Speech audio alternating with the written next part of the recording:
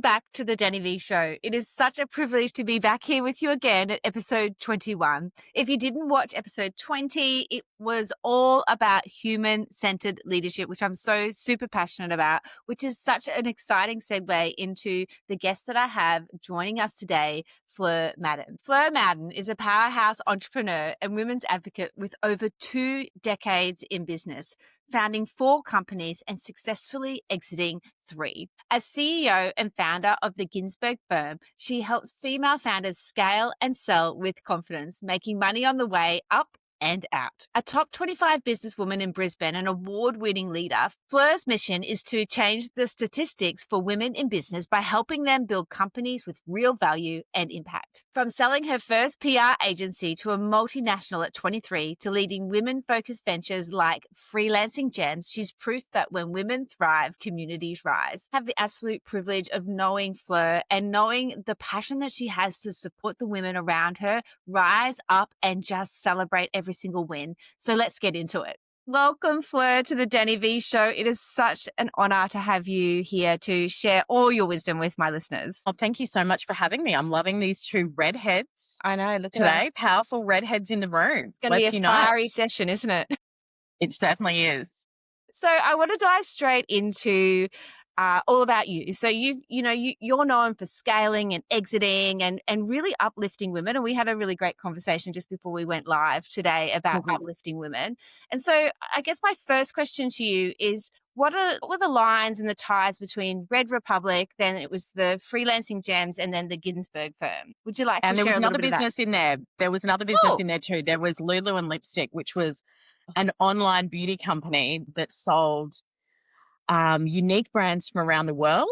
And I also had my own range of makeup brushes and accessories. And I was doing that before Sephora was in Australia. So, and I sold that business too. Oh, incredible. And so where was that in the lineup? Where did it fit? Okay, well, I'll take you on the journey, will I? Please do. Yeah. So I started the Red Republic when I was 23 years old, which seems completely wild. I had been a journalist. I was with the Sunday Mail, ABC, TV, and I'd done freelance work for 9 and 7. I also worked on Today Tonight. And then I got a job with a PR agency. And this is back, like I was early 20s. PR wasn't a thing. Like it was in its infant stages in Australia. And no one was doing consumer PR. They were just big corporate PRs. And so I was employed by somebody to start the PR consumer division in their business. And I brought in all these clients, and then they were meant to pay me commission and they didn't. So I was 23 and I literally went, if you're not going to pay me I'm leaving. Why am I doing this for you? And I went and leased an office in the Valley and I employed staff, and my parents were a bit like, what are you doing? Like, do you know how to run a business? And the funny thing was I come from 4 generations of business owners. So I just feel like it's in my blood. There was all these conversations happening around the dinner table. So this is, my background, and this is where I come from. So I started, it was then called Red PR, and we were one of the first consumer PR agencies in Brisbane. I owned that business for 14 years. I sold it when I was 36. I stayed on till I was 38. So I sold that to a multinational that was based on the New York Stock Exchange. And incredible. At that time, I had offices in Brisbane, Sydney, the Gold Coast, and Los Angeles. So I had grown that agency environment, and we'd also expanded our service offering as well. So it wasn't just about location. We were no longer just a PR agency, which is why we rebranded to the Red Republic. We were our own country, if you will. And we had branding services. We had a digital division, a social media division before anyone else did. We had events and design. And so it really was holistic marketing all across all the services. The only thing we didn't do was advertising. And so that was the Red Republic. And probably around year 12, I was getting really bored. I will never have a business for 16 years ever again. Okay. So one of the biggest lessons there was I'm really good in the first few years in a business. I'm good with startup. I'm good with foundations. I'm good with creating the brand, creating the community, get it happening. But I do get bored. And so about year 10, 12, I can't quite remember. Actually in year 10, I moved to the US. And so I was in New York and I was trying to do an acquisition of a PR agency over there called Red PR. Until we rebranded, Mhm. we decided to rebrand. And there were all these beauty brands that were not in Australia. And so then I came back to Australia and I'm like, why can't I get all these beauty brands that I've just been loving in the US? So I started a business called Lulu and Lipstick, and Incredible. I was bringing in beauty brands from around the world, and I had my own range of makeup brushes and accessories as well, and Mhm. they were our best sellers. And then I sold that to a bigger e-commerce business here in Australia, and I didn't actually really mean to sell that business. That one was opportunistic. The Red Republic was strategic, years in the making, a lot of work, and you'll probably have some questions for me on that too. But Mhm. Lulu and Lipstick, it just came up. I heard they were looking for an acquisition. They wanted a beauty brand that had its own brand, and I reached out to them and they loved it. And within a month, it was gone. Incredible. Yeah, All falling into yeah, and place. I look back sometimes and I'm like, "Oh, hold up. I didn't really mean to sell that business. I quite loved it and enjoyed it."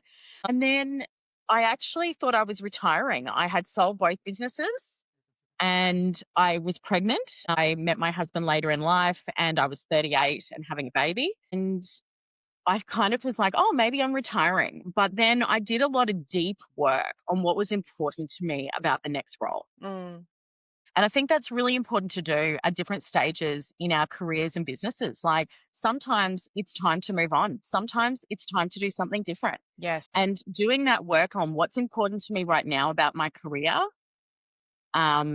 really guided me into what was next. So there was Mm. some criteria that I set around what was important.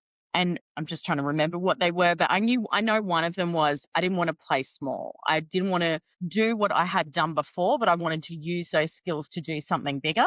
Mhm. I knew I wanted to work in the women's advocacy space. I've always been really passionate about that. And in terms of, my teams have always been like 99% women. I've always been creating opportunities for women, but I wanted to formalize that more in how I was working. And I wanted something that had the capacity to work globally. I don't think locally. And that was where Freelancing Gems came from. I was looking at a range of different businesses, I guess, or opportunities in the online space or women's space. And I was really looking, there was a company in the US called The Wing, which was women's Mm. co-working. And at the time there wasn't women's co-working in Australia.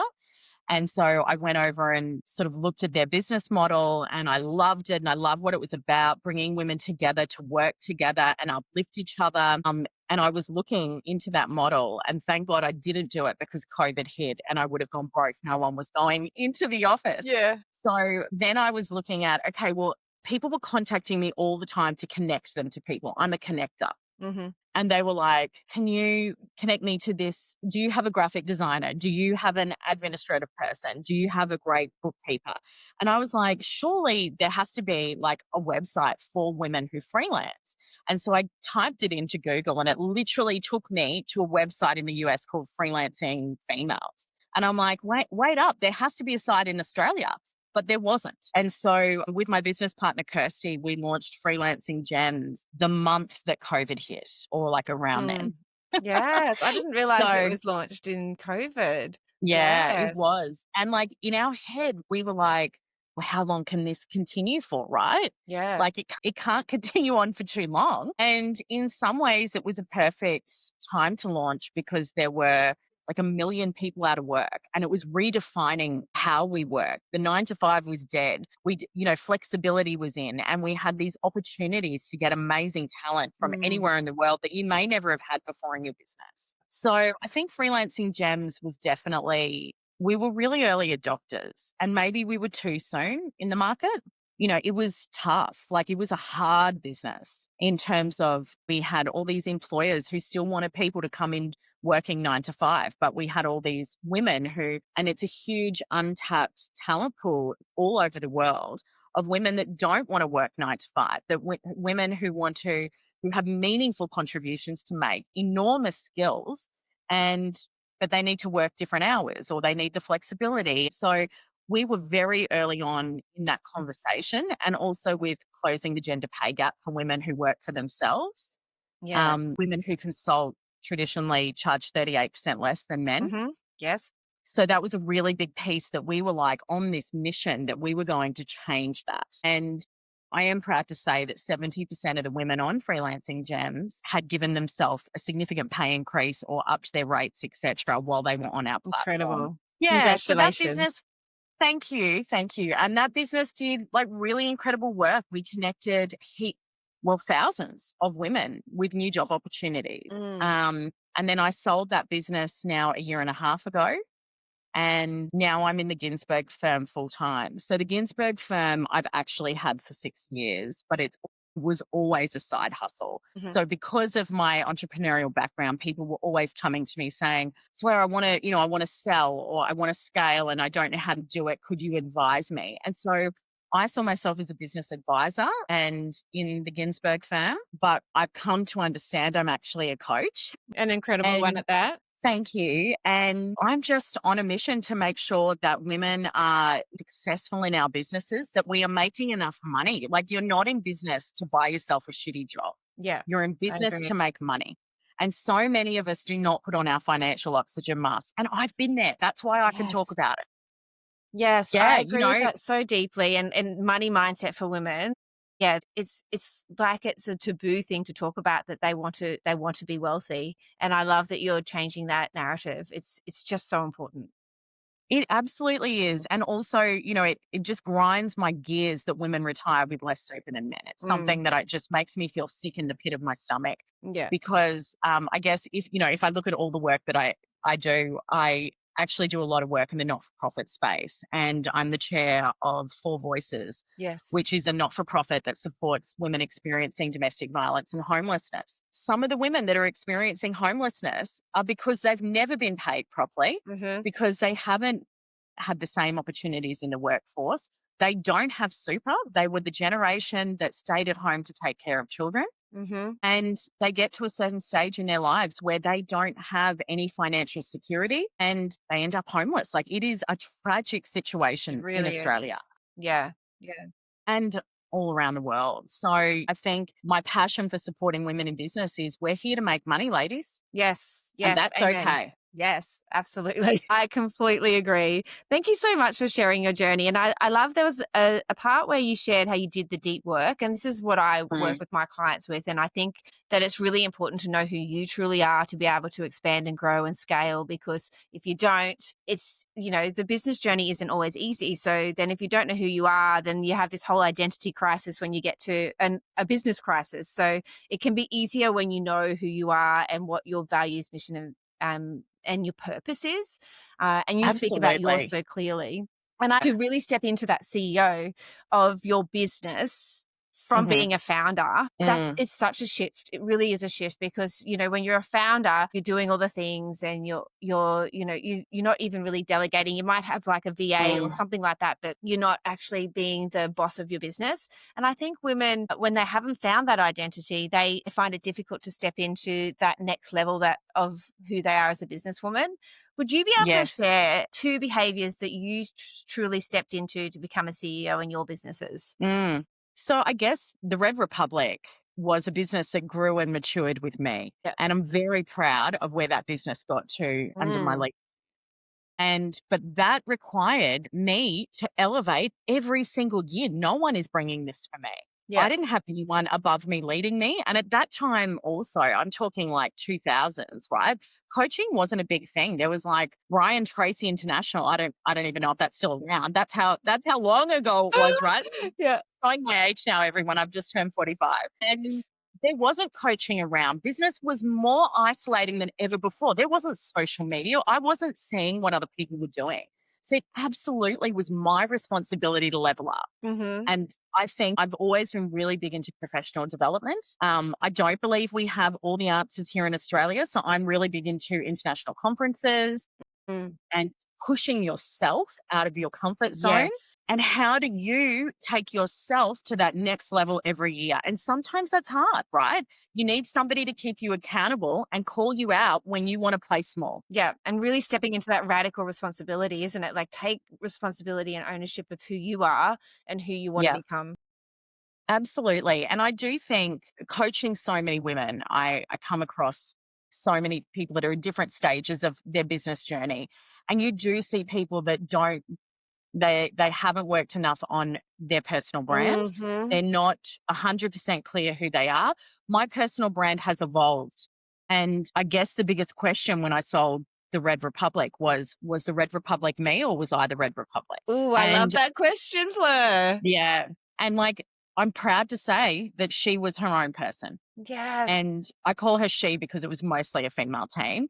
And she is still around today. She doesn't look like she used to. I had a full management team of women across the world. I believe the management team today is men. So, yeah, it's interesting how that business has evolved, but she is still around. She is still in market. And like, I'm proud of that. Mm, And so I think what we have to understand as business owners is our personal brand should transcend any business we're in. mm. And Yes. every business I have been in, my brand has grown, it has developed. And even now with the Ginsburg firm, when I decided, okay, I'm going to step into this full time after I sold FG. And one of the reasons I wanted to sell FG was while we were helping so many people, I realized that I could have more impact helping women who were a bit more further along in their business journey Mhm. because of where my mindset is and my thinking bigger. And so now I predominantly work with established business women. Their business doesn't have to be established, but they've been in business before. Like, this isn't their Mm. first rodeo. They're ready for the next stage. They want to push themselves. They want to think bigger. And that's where I shine. So Yeah. it was important for me to move into that space. But I had to make sure that my brand looked totally different to freelancing Jebs. Like, Mhm. what was my flag in the ground moment where people were like, I want to work with her because of who she is and what she represents. Yes. And so I think as a CEO, you need to have these career defining flag in the ground moments, Mhm. and you need to understand your leadership. You need to understand your personal brand and what you bring to the table. And I'm real clear on what I bring to the table. I don't need anyone else's table. I'm inviting you into mine. Yes. I really love that, Fleur. And understanding your leadership is a big key part for what I believe is because self-leadership is how you become a great leader. Because if you can't lead yourself, how are you going to lead others to that level that you need to scale and grow your business? Yeah. Incredible. And so with scaling, you have Hmm. spoken about, I guess, Freelancing Gems and Red Republic. I'd Hmm. love to ask you, what was the hardest part of letting go? Was it emotionally or was it the commercial negotiations or explaining both of those and how that experience is? I feel like if you are a business owner that is ready to sell your business, you've gone on so many emotional journeys to disconnect. Hmm. You are ready. And the problem is that I see women when they're a marathon runner with two broken legs. Like, they come to me and go, I can't do one more day. Now, what I want to be really clear about is when you sell a business, the best time to sell a business is actually when you're thriving. It's when Mm, you're killing it. It's when you're doing the best dollars. It's when the team is the best they've ever been. If you're thinking about an exit, that is your time. Okay. yeah. Not when the finances are on the down, you're really fucking over it, you couldn't care less, you hate your clients and your customers. Like, that is not the time. But that is when a lot of people think, I want to sell. A Yes. sale is strategic, right? So Mm, I, in my coaching as well, work with women who are like, you may not want to sell for 5 years or 10, but in order to sell and take the most amount of money off the table, you actually have to have scaled.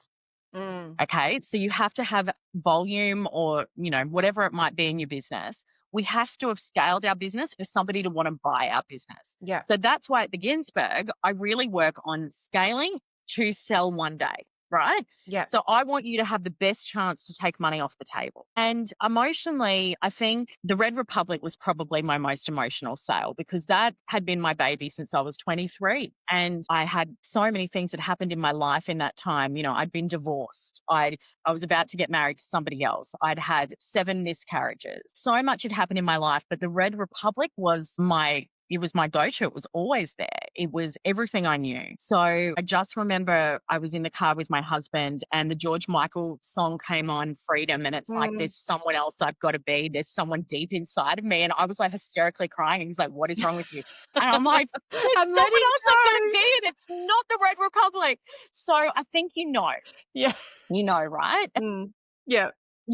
And I think something else I would say is don't be the person that doesn't know how to leave the party.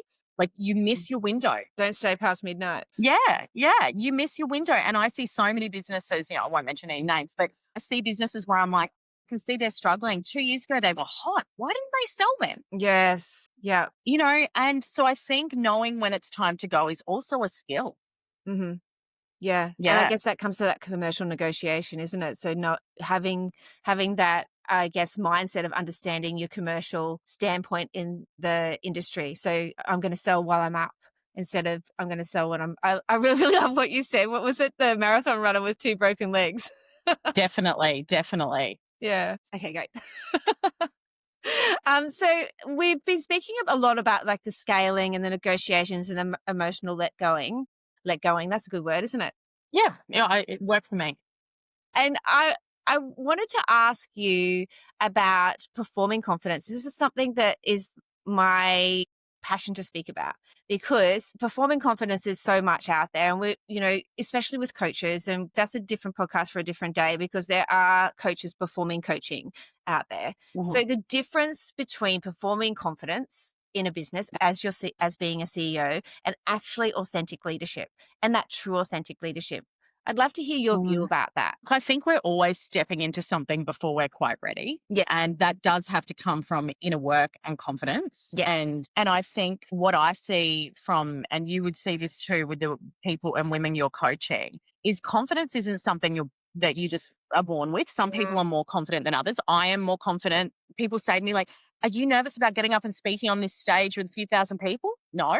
But then other things make me nervous that you'd be really surprised about, Yes. And so I've worked on the stage forever. I studied acting.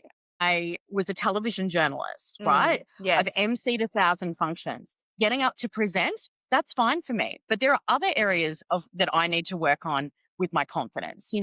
So some people naturally are more confident, but we're still working on things. And if you are not naturally have some of those abilities, it is up to you to become the confident woman that you are here to Yes. be.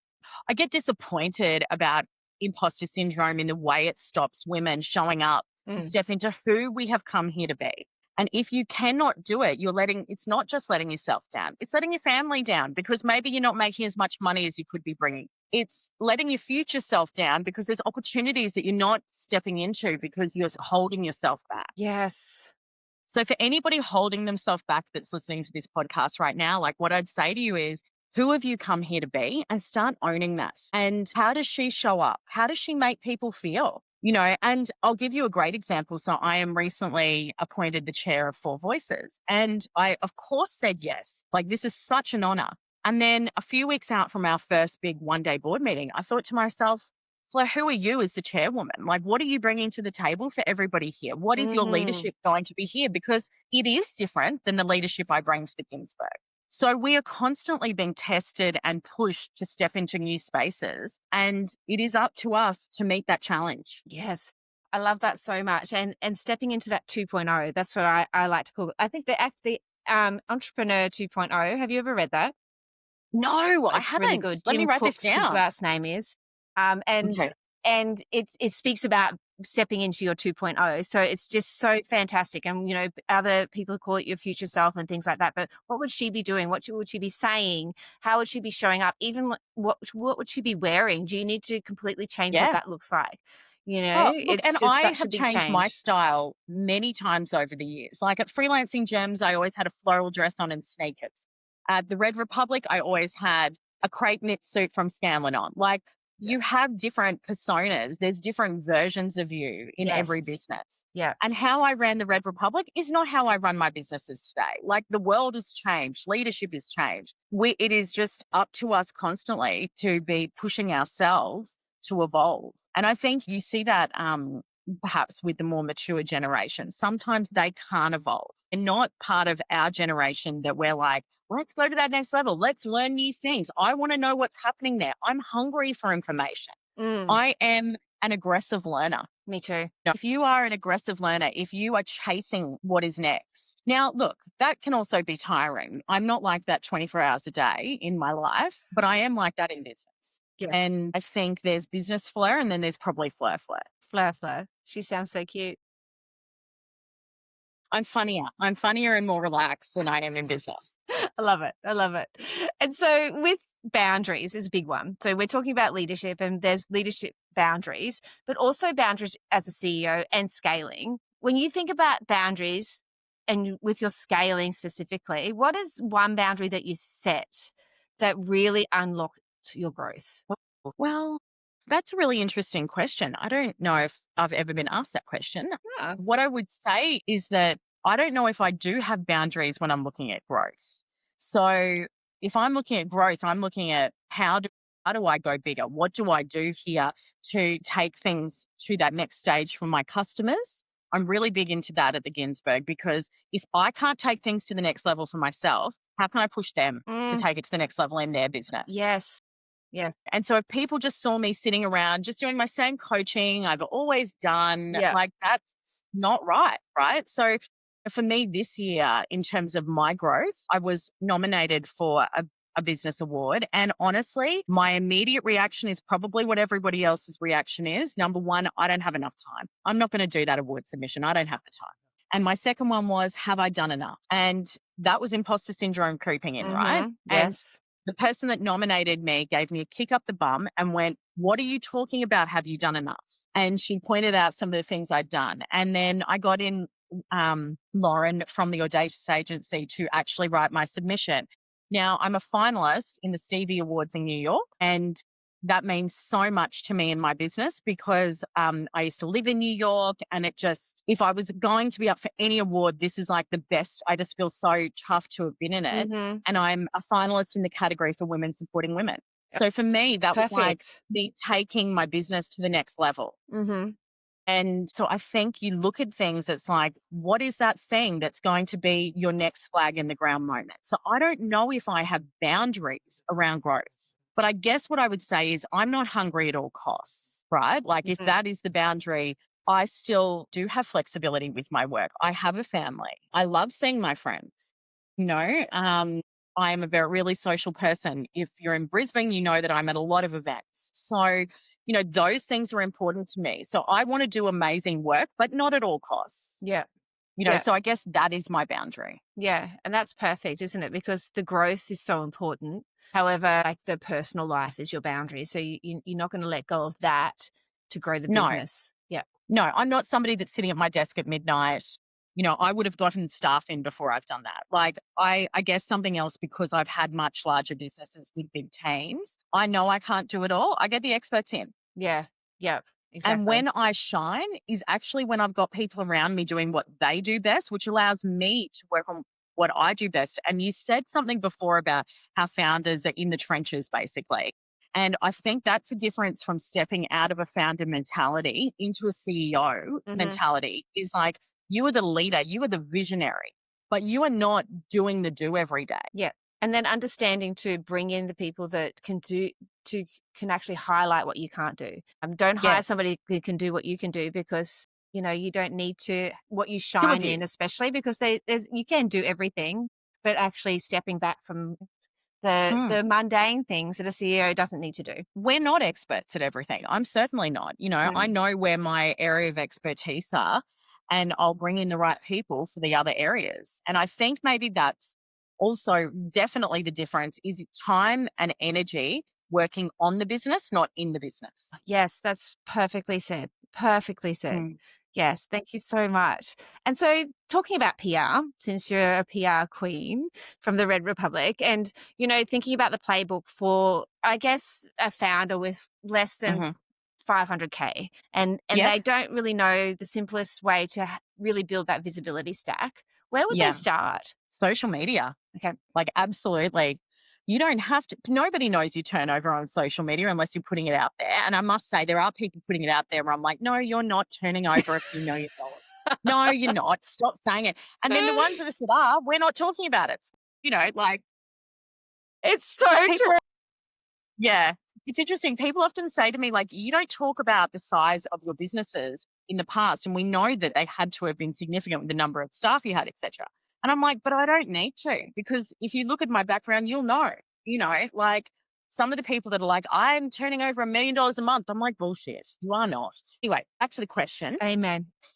So, so I guess the fastest track to build that visibility stack, and you said social media. Visibility. Yes. Yeah, absolutely social. I mean, I didn't have that when I was starting out in business. It was definitely about publicity. And that was your main channel. These days, we have so many different channels. So social media, definitely, to get eyeballs on you that you wouldn't normally have. And if your channel's not working for you, try a new channel, mix it up. Like sometimes we get more coming from a different, LinkedIn than we do from Instagram, or, we should be trying TikTok. Then also, I'm a really big believer in your own database. Now, anything can happen with any of these channels. We're locked out, we lose access. But if you've got a database, we can keep communicating with them. Yeah, cool. And so with the database, would you be able to give the listeners, I guess, some key tips on how to really build that? Yeah, absolutely.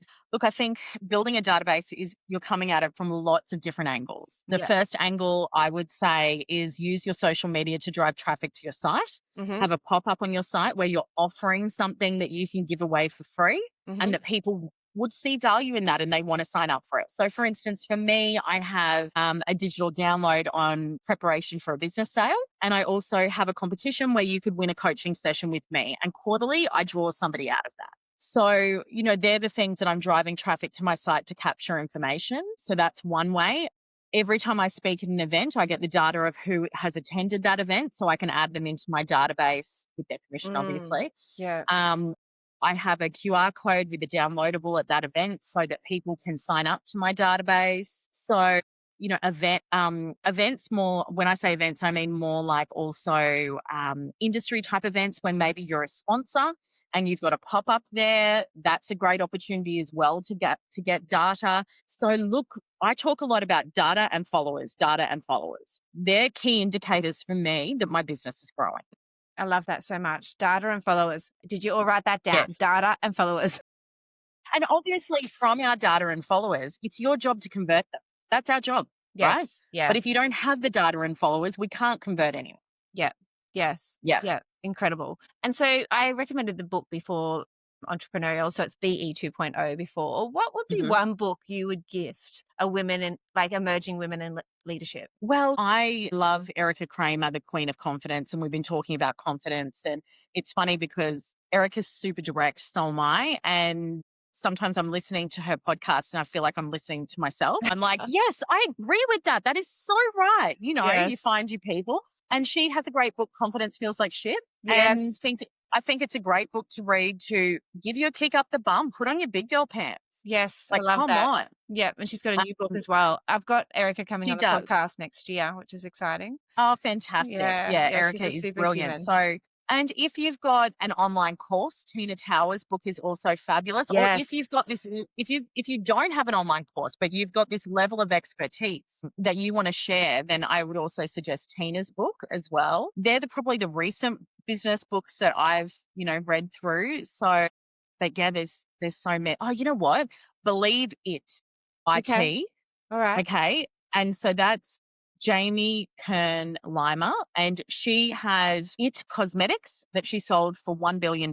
Incredible. And I read her book years ago. And honestly, when you picked up a book and just the message, I needed to hear it in that moment. She was trying to raise capital. She'd been trying to raise capital forever. She wasn't getting it. She was missing out on all these deals. I mean, the woman ended up selling the company for $1 billion. There were times where she had $5 left in her bank account. She did it tough, stayed. I think the level of resilience that business owners also are required to have for success. That book really reminded me, Fleur, yes, you're in a tough time, but we get through this. We're resilient. And so Believe It, I would really recommend. That's probably my top. And, I think I just touched then on resilience. And to me, that is one of the key indicators of success in business. Yes. I was going to say exactly the same thing when I heard you say resilience. It's so, so true. Keep moving through. Like you just said that she had $5 left in her bank, but she kept on going and then she sold her business for $1 billion. Imagine if she gave up when she only had $5 left in her bank. She could have given up 1,000 times. Yeah. Yeah. And so many of us do, right? And I'm not criticizing you if you have, because sometimes maybe you should have. You were Yeah. about to go broke and you're about to lose your family home. Well, yes, probably time to reevaluate. But it's also about how you come back. Yes. Yes. Yeah. And then Mm, that steps into the leadership and the courage and everything that we've been speaking about today. Amazing. definitely. Got one more question for you, Fleur. Okay. Okay. My framework is in body. So energetics, mindset, body, ownership, direction, and Okay. you. And so the ownership is Okay. radical responsibility. Direction is your vision, mission, values, and the rest is your nervous system, your mindset. It all kind of speaks for Okay. itself. I would like to ask you, what would be one of those pillars that you would say for the woman that's really starting to build her business and she's feeling a little bit lost in who she is? What would be the first part of that pillar that you would recommend for her to really start focusing on? And how could she do it? Mindset. Yes. Mindset, absolutely. Mindset, mindset, mindset. I mean, I've been in every trench in business. Okay. And people, I think a mistake people make with me is it's been easy. She's so lucky, Mm, right? it's a She very, doesn't have she doesn't have this terrible story, rags to riches, blah, blah, blah. You know, it isn't easy.